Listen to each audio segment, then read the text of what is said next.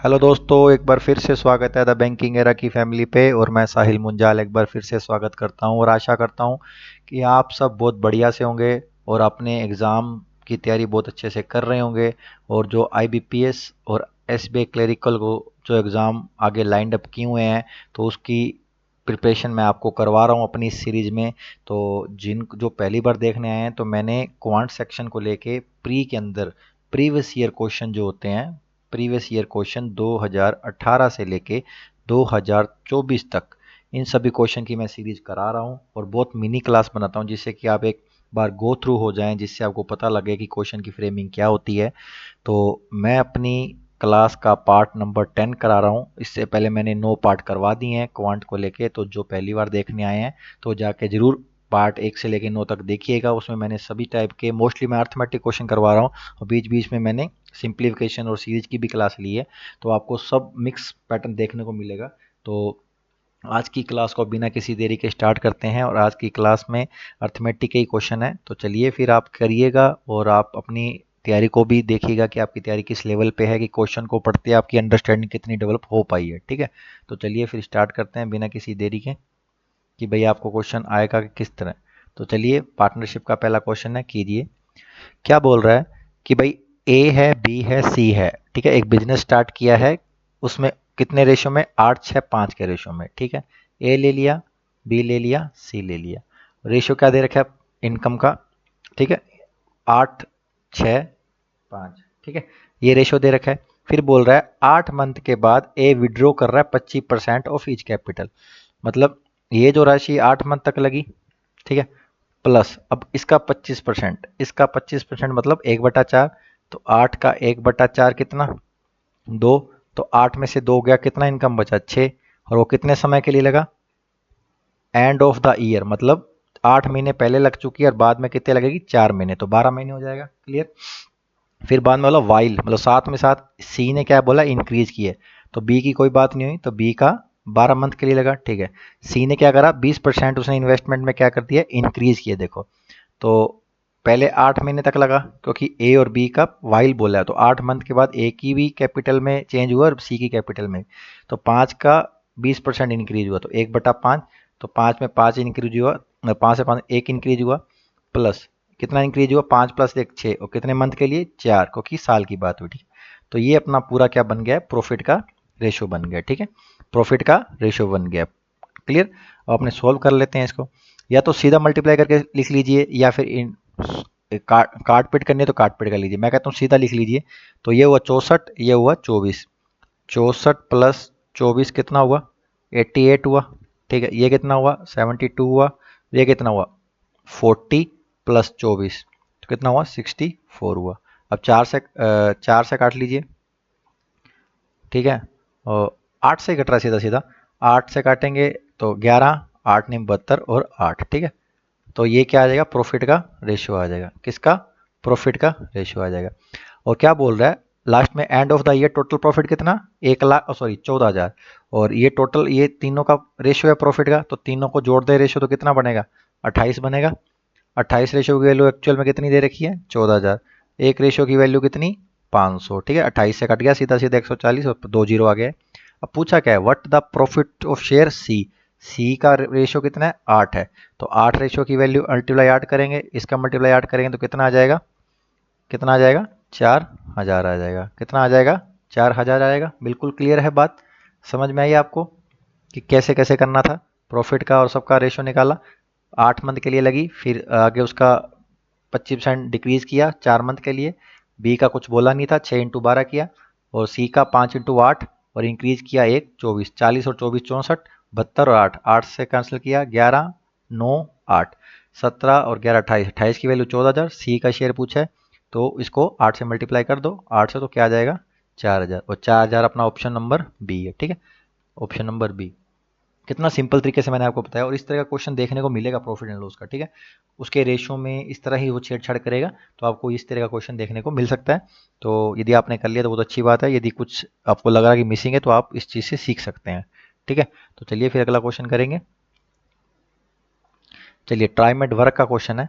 क्या बोल रहा है कि 24 वुमन एक काम को 50 दिन में कर सकती है, ठीक है। तो इसके अंदर आप एक जान लीजिए, MDH एक फॉर्मूला होता है, मैन पावर डे आवर्स, ठीक है। तो ये जो M है, ये एक्चुअल में क्या है, इफिशियंसी होती है, ठीक है। मैन होता है, वुमेन होता है, जो भी पावर, मैन पावर है MDH का फॉर्म। तो 24 वुमेन कितने दिन में, 50 दिन में। तो ये क्या आता है टोटल, ये होता है टोटल वर्क होता है, टोटल वर्क होता है, ठीक है। अब क्या बोल रहा है, 48 वुमेन ने काम स्टार्ट किया एक्स दिन तक, ठीक है। 48 वुमेन ने काम स्टार्ट किया एक्स दिन तक, ठीक है, ये काम किया। आफ्टर दैट 24 मोर वुमेन, मोर देखो मोर, 48 तो थी और 24 और आ गई, तो टोटल कितनी होगी, 72 वुमेन। उसके बाद उन्होंने जो कंप्लीट किया रिमेनिंग वर्क कितने दिन में, 10 दिन में, ठीक है, रिमेनिंग वर्क, ठीक है।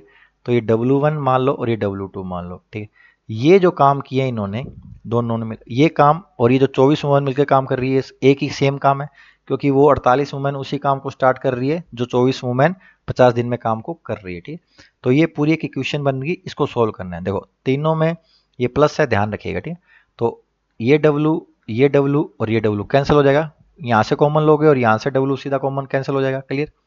अब देखो 24 से ये कट कर दो, 24 एकम 24, 24 दूना 48, 24 तीय 72, कोई प्लस है तो दोनों से निकलना चाहिए, ठीक है, क्लियर। अब क्या बन गया, 50 equals to 2x plus 30, 2x plus 30, x का x यहाँ रहने दो, 30 को इधर ले जाओ, 50 में से 30 जाएंगे कितना बचेगा, 20 बचेगा, इक्वल्स टू 2x, और x की वैल्यू क्या हो जाएगी, 10 हो जाएगी, x की वैल्यू क्या 10 हो जाएगी। मतलब पहले जो 48 वुमेन लगी थी उन्होंने 10 दिन तक कार्य किया था, कितने दिन तक, 10 दिन तक कार्य किया था, वही उन्होंने पूछा है x की वैल्यू क्या होगी, क्लियर। इस चीज में केवल MDH में ही ध्यान रखना था, जो 24 वुमेन एक टास्क को कंप्लीट करती है 50 दिन में, कि उसके साथ रेस्पेक्टेड में 48 वुमेन ने उसी कार्य को स्टार्ट किया, x दिन तक किया, फिर 24 वुमेन और ऐड होगी, और जो ऐड होने के बाद वो जो काम बचा था वो 10 दिन में पूरा किया। तो इन दोनों काम को जोड़ोगे तो 24 वुमेन जो काम कर रही है 50 दिन में वो काम सेम होगा, ठीक है। तो उसका इक्वेशन बनाया, सिंपल सोल्व करा, आंसर आया, क्लियर। तो इस तरह का question definitely time and work MDH फॉर्मूले पे बनाता है, क्लियर। तो इस तरह का क्वेश्चन भी देखने को मिल सकता है। तो चलिए फिर अपने अगला क्वेश्चन करेंगे बिना किसी देरी के। देखिए अपने को क्वेश्चन कराने से मतलब है, आपको एग्जाम में पास कराने से मतलब है, ठीक है। तो देखो अब ये देखो SI का है, अमन क्या लिख रहा है, अमन ने वो उधार लिया है 36,000 रुपये, ठीक है। एक पार्ट लिया उसने SI पर 12% पर एनम, मतलब 12% की सिंपल इंटरेस्ट पे लिया, ठीक है।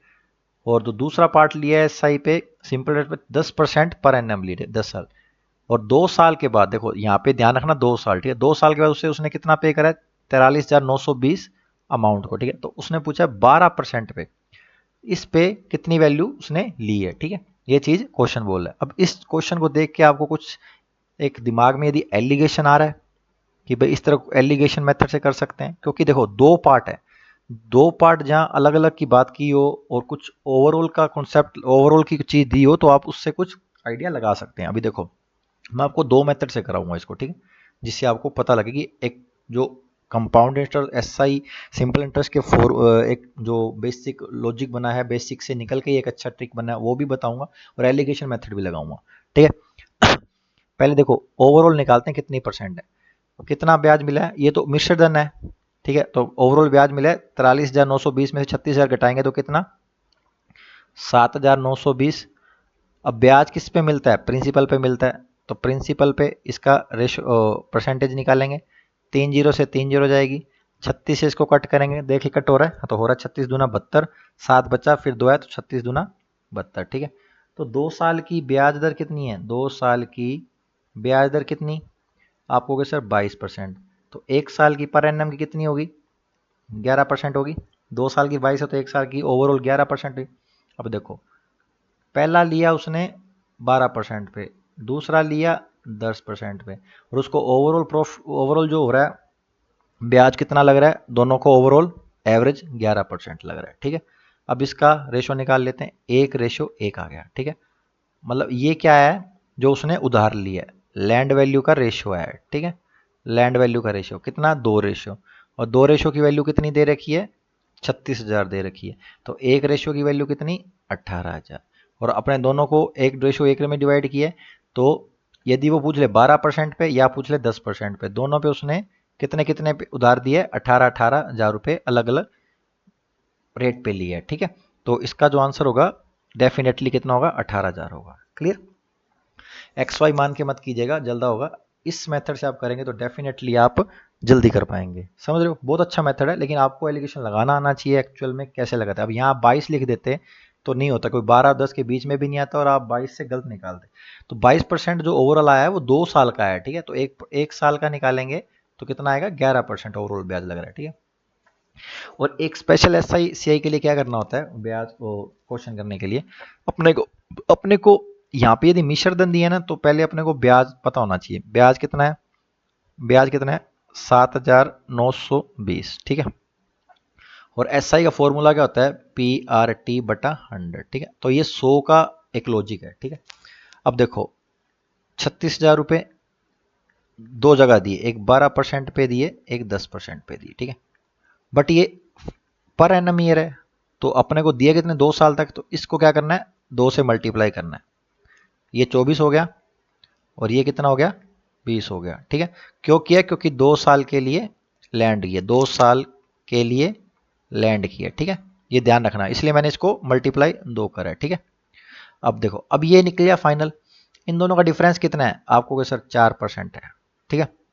तो क्या करना है, पहले 7,920 और इसका आगे 2 जीरो लगानी है, ठीक है, क्योंकि इस 100 को मेंटेन करने के लिए, ठीक है। ये लिखा। उसके बाद क्या करना है, अब जिसका पूछ रहा है, किसका पूछ रहा है, 12%, 12% का पूछ रहा है, तो इसका जो दूसरा रेसिप्रोकल है 10%, इसको इससे मल्टीप्लाई करना है 36,000 से, ठीक है।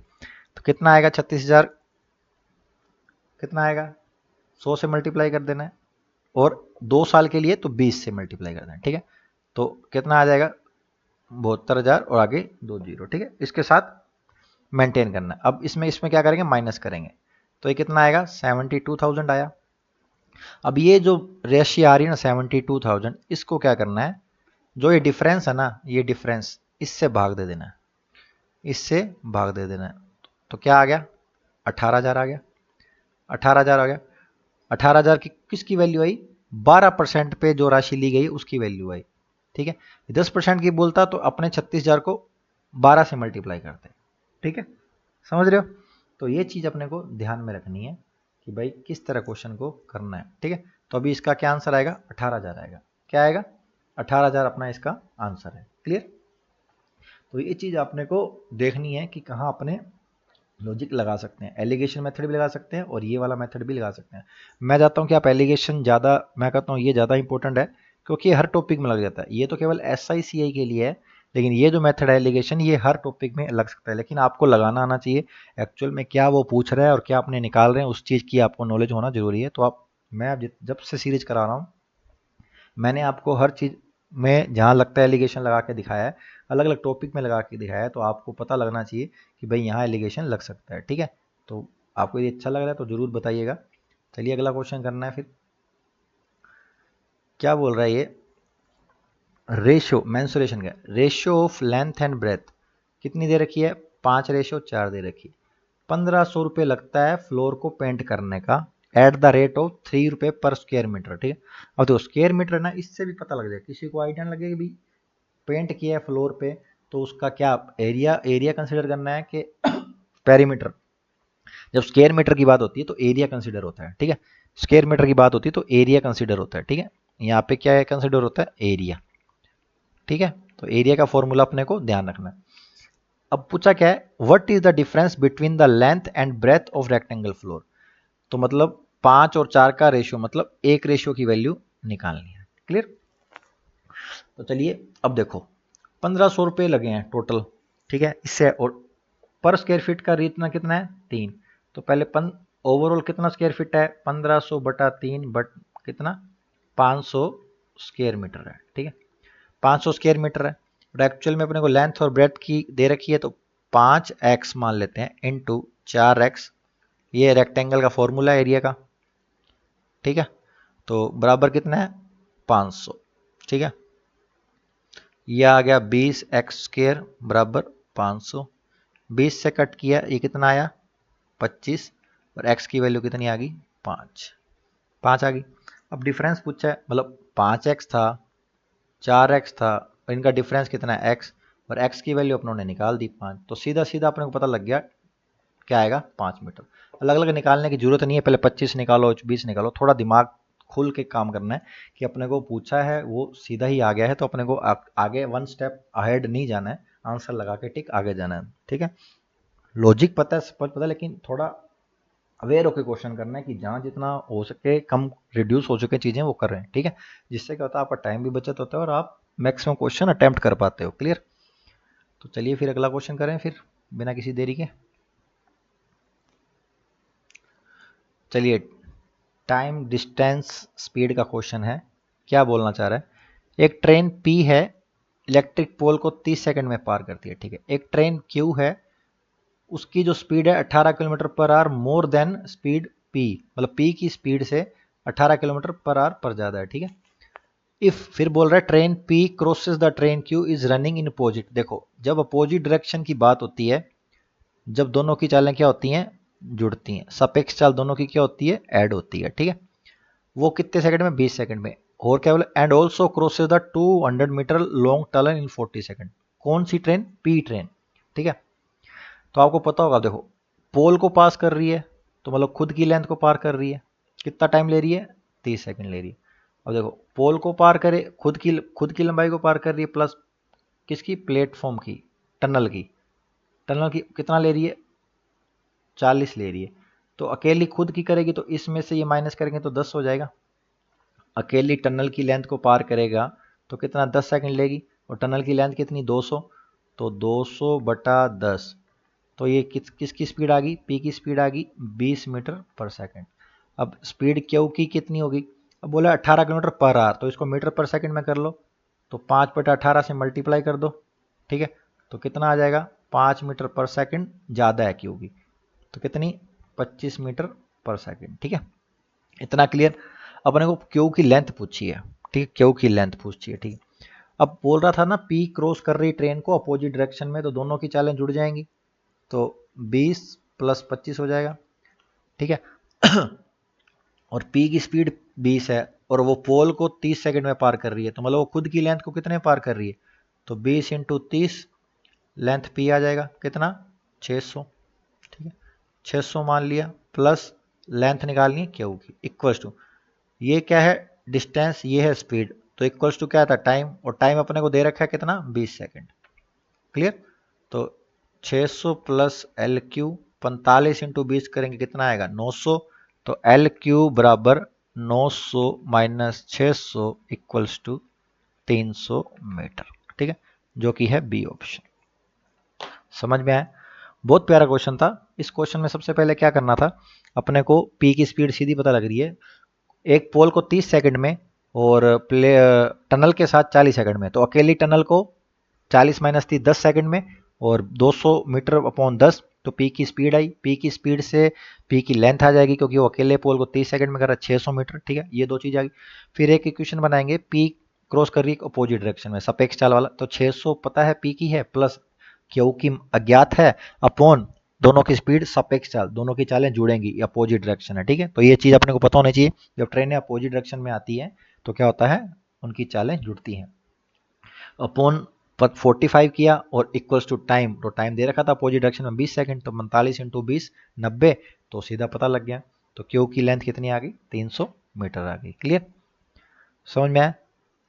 तो ये सब था दोस्तों, इस चीज़ में अपने को ये ध्यान रखना है, क्वेश्चन की जो फ्रेमिंग है ना, क्वेश्चन की जो फ्रेमिंग होती है वो अपने को ध्यान में रखनी है कि किस तरह के क्वेश्चन आते हैं और किस तरह के अपने कर सकते हैं। ठीक है, तो ऑलवेज क्वेश्चन की फ्रेमिंग ही मेन रहती है दोस्तों। ठीक है, फ्रेमिंग ही मेन रहती है, जिससे क्या होता है, अपने को आइडिया लग जाता है क्वेश्चन का कि भाई एक्चुअल में क्वेश्चन क्या पूछ रहा है और किस लेवल का पूछ रहा है। ठीक है, तो आज की क्लास में इतने ही क्वेश्चन थे, लास्ट तक बनने के लिए बहुत बहुत धन्यवाद।